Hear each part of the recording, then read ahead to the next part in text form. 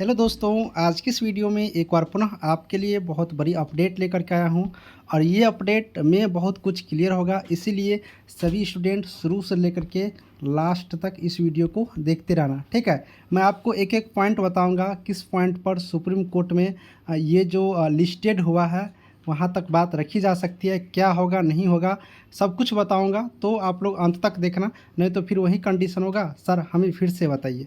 Case number, diary number ये सब तो बताने की ज़रूरत नहीं है। कल का जो केस है ये केस अंजलि कुमारी वर्सेज अर्चना कुमारी, ठीक है, यानी कि स्टूडेंट वर्सेज स्टूडेंट है। ये चीज़ आपने देख लिया। एक और केस का आप लोग बात करेंगे जो बिहार सरकार है ना, बिहार सरकार वर्सेज यहाँ पर स्टूडेंट है। तो बिहार सरकार भी सुप्रीम कोर्ट पहुँचे हुए हैं।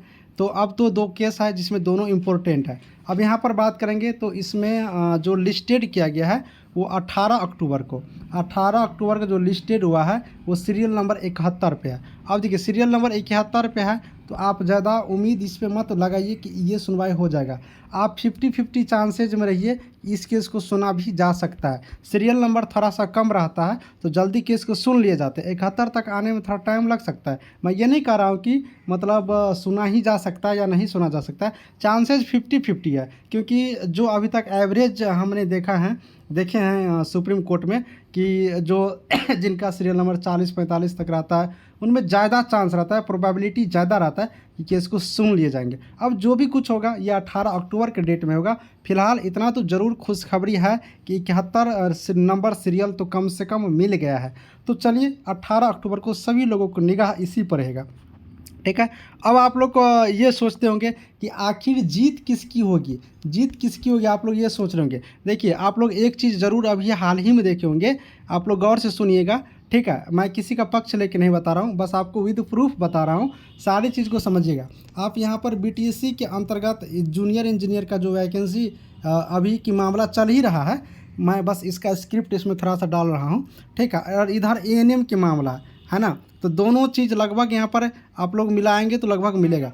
बीटीएससी जेई में भी हाई कोर्ट से मतलब जीत मिल चुका था, ठीक है, जीत मिल चुका था। अब किसकी जीत मिला था मैं उसका बात नहीं कर रहा हूँ। हाई कोर्ट जजमेंट पास कर दिए थे, लेकिन हाई कोर्ट के जजमेंट को जब सुप्रीम कोर्ट में गया तो उस जजमेंट को बदल दिया गया है। उस जजमेंट को क्या हुआ, बदल दिया गया। तो जो भी अभी हाई कोर्ट से जजमेंट पास होकर के सुप्रीम कोर्ट में पहुँचा है उसके आधार पर जो सुनवाई हो रहा है, तो आप लोग मतलब कन्फर्म नहीं रहिए कि हाई कोर्ट वाला जो जजमेंट है उसी के पक्ष में दिया जाएगा। ऐसा कुछ नहीं है। सुप्रीम कोर्ट में अपनी तरीक़ा से देखे जाते हैं, उसके जजमेंट को बदल भी सकते हैं। एक चीज़ मैं आपको और भी यहाँ पर दिखाऊंगा, थोड़ा सा गौर करिएगा। आप लोग के सामने की चीज़ है, बस मैं आप लोग को याद दिला रहा हूँ, ठीक है, बस मैं आप लोग को याद दिला रहा हूँ। इसके आधार पर मैं आपको याद दिला रहा हूँ। बीटीएससी जेई मैंने यहाँ पर लिख दिया, मैंने यहाँ पर एएनएम लिख दिया। देखिए जूनियर इंजीनियर में भी प्रक्रिया पूरी हो चुकी थी और रिजल्ट पब्लिश हो चुका था, ठीक है, रिजल्ट पब्लिश हो चुका था, आप लोग देखे हुए होंगे,